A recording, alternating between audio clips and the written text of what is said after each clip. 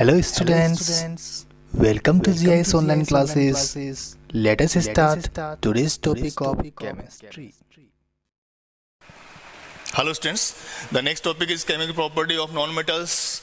Chemical property of non-metal. What are non-metals? Non-metal right hand side में present elements होते हैं जो कि नेचर में होते हैं electronegative in nature. Remember it always.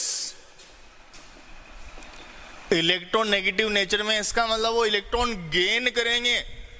Why? To get stability and to complete the octet like nearest noble gas. Okay, so non-metals are electronegative in nature. Nature में electron negative होते हैं, इलेक्ट्रॉन गेन करते हैं और क्या करते हैं, अपना ऑक्टेट पूरा कर लेते हैं. Like nitrogen. Nitrogen non metal है, कैसे पता लगा?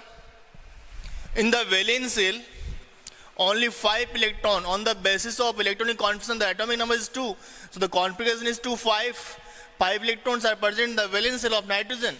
So it is the valence shell. What is meant by valence shell? Outermost shell of any atom is considered as valence shell.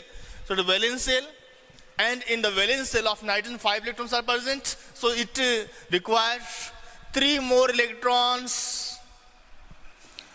to complete its octet. तो जब ये 3 electron gain करेगा तो nitrogen का चार्ज क्या हो जाएगा? -3. तो नाइट्रोजन का चार्ज -3 क्यों होता है? नाइट्रोजन का चार्ज -3 इसलिए होता है क्योंकि ये 3 इलेक्ट्रॉन गेन करके अपना ऑक्टेट पूरा करता है. So it form nitride ion after gain of 3 electron. Okay, तो इसलिए नॉन मेटल की नेचर होती है इलेक्ट्रॉन नेगेटिव, क्योंकि वो इलेक्ट्रॉन गेन करते हैं अपना ऑक्टेट पूरा करने के लिए.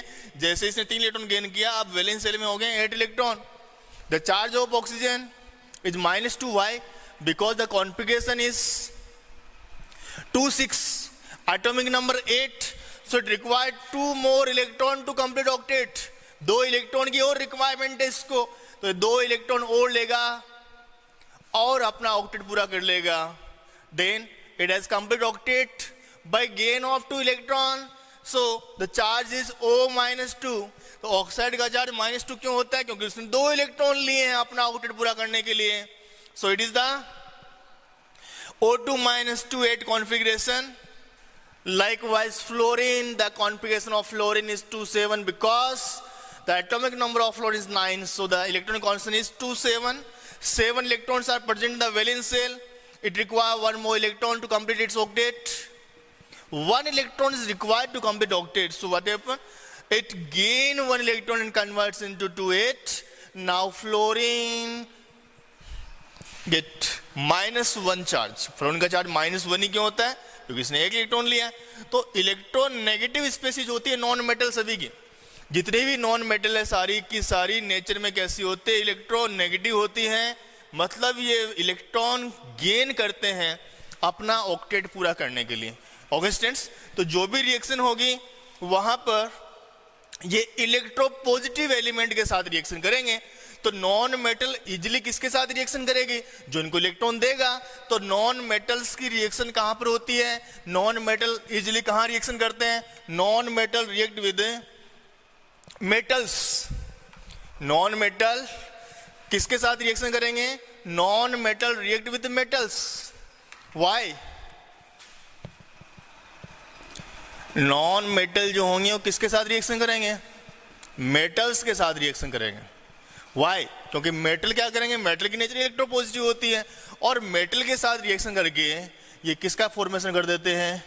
आयनिक कंपाउंड का फॉर्मेशन कर देते हैं. ओके स्टूडेंट, तो जिस तरह से हमने प्रॉपर्टी देखी थी, नॉन मेटल्स की प्रॉपर्टी हमने चेक करी थी, नॉन मेटल की प्रॉपर्टी हमने चेक करी थी. Metal react with air and formation of oxide takes place. Metal air के साथ रिएक्शन करके मेटल ऑक्साइड बनाता है. इस तरह से हम चेक कर रहे हैं इसकी reaction with air. Okay students, reaction with air.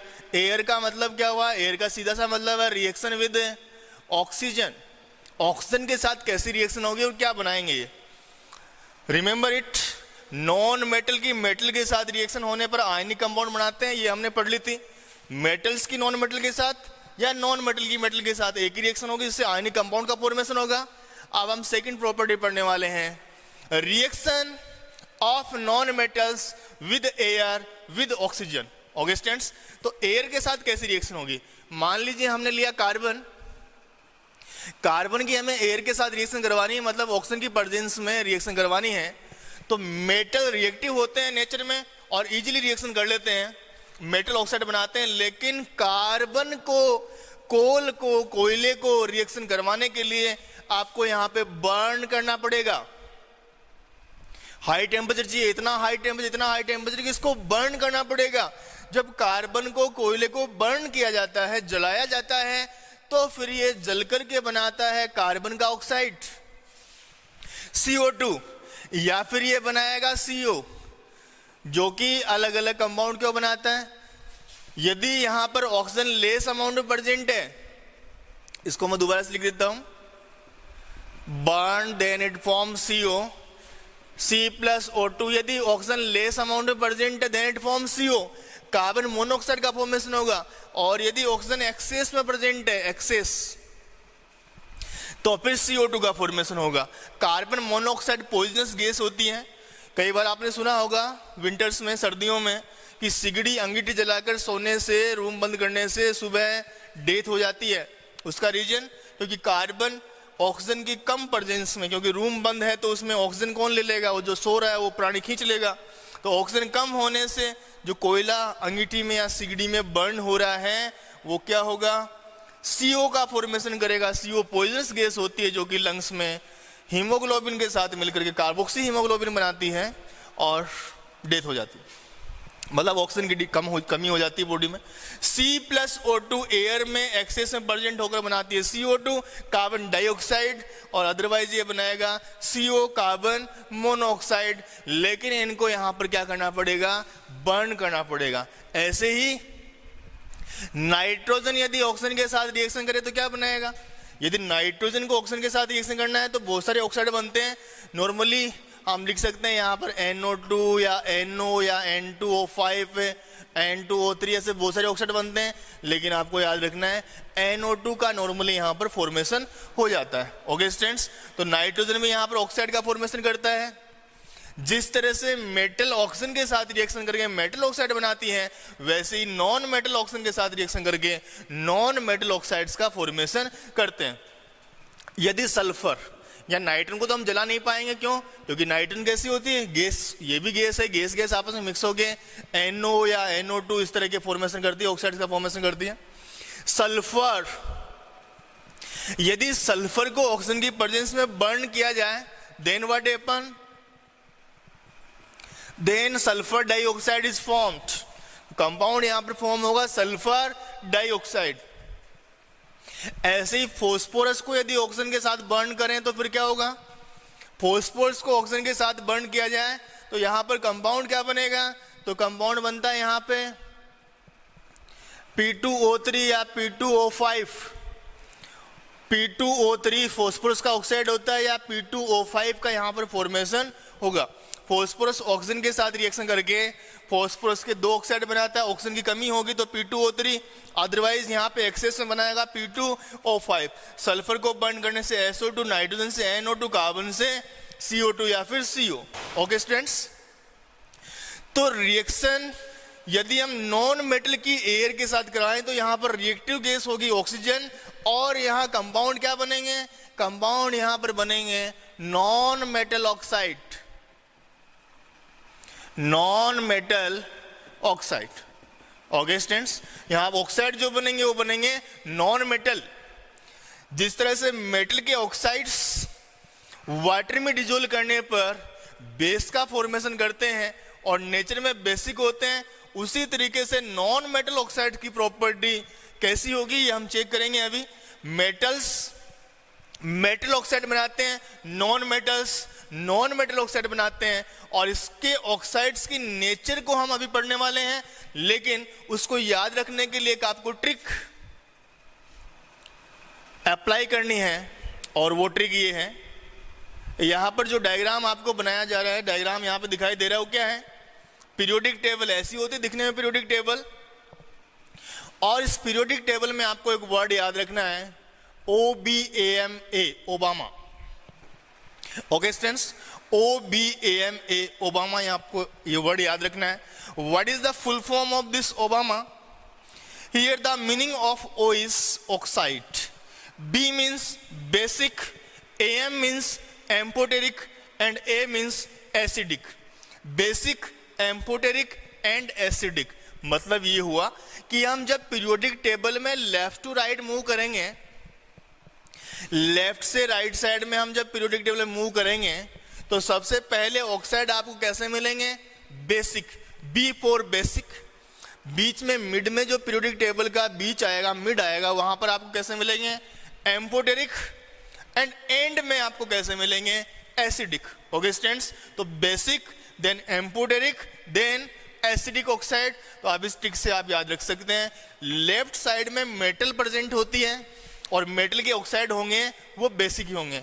Left side में हम जानते हैं कैसी मेटल होती है, lithium, sodium, potassium, calcium, magnesium, barium, इस तरह की मेटल होती है। लेफ्ट हैंड साइड में यहाँ पर लेफ्ट हैंड साइड में मेटल्स ही होती है। Metals are placed in left hand side of periodic table and non metals are placed in right hand side of periodic table.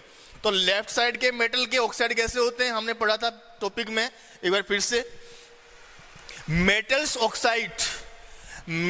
Oxide MO, basic in nature. Okay, generally metal के oxide nature में कैसे होते हैं? Basic होते हैं। कैसे identify करेंगे हम इसको? Metal oxides are basic in nature. How? कैसे हम इसको आइडेंटिफाई करेंगे? When metal oxide dissolved in water then formation of base takes place. आइए चेक करते हैं। Suppose calcium oxide, the oxide of calcium if dissolved in water, then what happen? It gives displacement reaction. Ca displaces hydrogen from compound with OH, then compound is formed CaOH whole twice plus hydrogen gas evolved. Okay students, CaOH whole twice plus hydrogen gas evolved. तो calcium oxide water में dissolve होकर के बनाता है calcium hydroxide. Calcium hydroxide कैसा है nature में? Base. It is base, calcium hydroxide, because it gives OH minus in presence of aqueous solution. तो metal oxide always basic in nature, sometime amphoteric may be. Generally metal oxides are basic in nature. How? Because when we dissolve metal oxide in water, then they form base. That's why metal oxides are basic in nature. Now the next topic is nature of oxides of non metal. Non metal के oxides का nature हमें check करना है। Like CO2, हमें check करना है CO2 का nature. CO2 कैसी है? एसिडिक है कि बेसिक है? तो इसको आपको वाटर में डिजोल्व करके देखना है। वाटर में डिजोल्व करेंगे हम इसको CO2 को, तो CO2 वाटर में डिजोल्व हो जाएगी, मतलब एडिशन हो जाएगा यहाँ पे। Then compound is form H2CO3, carbonic acid is formed. H2CO3 carbonic acid is formed. So acid is formed, that's why CO2 is the acidic oxide. तो CO2 की नेचर कैसी हो जाएगी? एसिडिक हो जाएगी। सिंपल। CO2 नेचर में acidic होती है, कैसे पता लगा? When we dissolve carbon dioxide in water, then formation of carbonic acid H2CO3 takes place. Likewise NO2 when dissolved in water, then HNO3 nitric acid takes place. NO2 को जैसे हम water में डिजोल्व करेंगे नाइट्रिक एसिड का formation होगा। Acid is formed here, acid is formed here, it means NO2 is acidic in nature. Okay students, sulphur dioxide को हम यदि वाटर में डिजोल्व करेंगे then what happen? Then compound is form H2SO3, this is known as sulphurous acid. Sulphurous acid का formation होगा यहाँ पे, sulphurous acid H2SO3. If SO2 first react with oxygen form SO3, sulfur trioxide, and then dissolved in water, then compound is formed H2SO4. Sulphuric acid यहाँ पर बनेगा, sulphuric acid. तो H2SO3 sulphurous acid है, H2SO4 sulphuric acid है। ये आपको याद रखना है। SO2 को डायरेक्ट वाटर में डिजोल्व करने से सल्फ्यूरस एसिड बनेगा, SO2 पहले ऑक्सीडाइज होकर SO3 बनाएगी, फिर वाटर में डिसोल्व किया जाएगा तो H2SO4 बनेगा। यहाँ ऑक्सीजन ज्यादा ऑक्सीजन वाले कंपाउंड से बना हुआ, कम ऑक्सीजन वाले कंपाउंड से बना हुआ। तो दोनों ही कैसे होते हैं नेचर में, दोनों ही एसिड है। इट मींस SO2 और SO3 इनकी नेचर भी कैसी होती है, एसिडिक नेचर होती है। लाइकवाइज फोस्फोरस की यदि रिएक्शन हम ऑक्सीजन से करवाएं तो बनता है P2O3 या फिर बनता है P2O5। फॉस्फोरस टेट्रा एटॉमिक होता है तो हम P4O6 भी लिख सकते हैं इसको, और यहाँ पे P4O10, बस इसका डबल करना है। ये भी हम यहाँ पे लिख सकते हैं, लेकिन इतना डीप में अभी हमें नहीं जाना है। हम सिर्फ इसके ऑक्साइड देखेंगे P2O3 और P2O5। React with water, then what happen, then H3PO3। यदि ऑक्सीजन कम है तो यहाँ पे बनेगा phosphorous acid H3PO3, and P2O5 react with water give us the formation of H3PO4 phosphoric acid. This is phosphorus acid, this is phosphoric acid। तो दोनों ही condition में यहाँ पे एसिड का फॉर्मेशन करना हो रहा है। तो यहाँ पे ये जो ऑक्साइड्स हैं ये कैसे होंगे नेचर में, these are the acidic oxide. तो simply if we dissolve non-metal oxide in water, then a formation of acid takes place, then they are acidic in nature always. Okay students, तो generally non metal के oxide nature में कैसे होते हैं, acidic होते हैं। Non metals periodic table में right hand side में प्रेजेंट होती है, वो ऑक्साइड बनाएगी, और ए मतलब यहाँ पर एसिडिक, तो राइट साइड में प्रेजेंट एलिमेंट नॉन मेटल के ऑक्साइड एसिडिक होते हैं, वाटर में डिसॉल्व करके एसिड का फॉर्मेशन करते हैं। Okay students, thank you so much.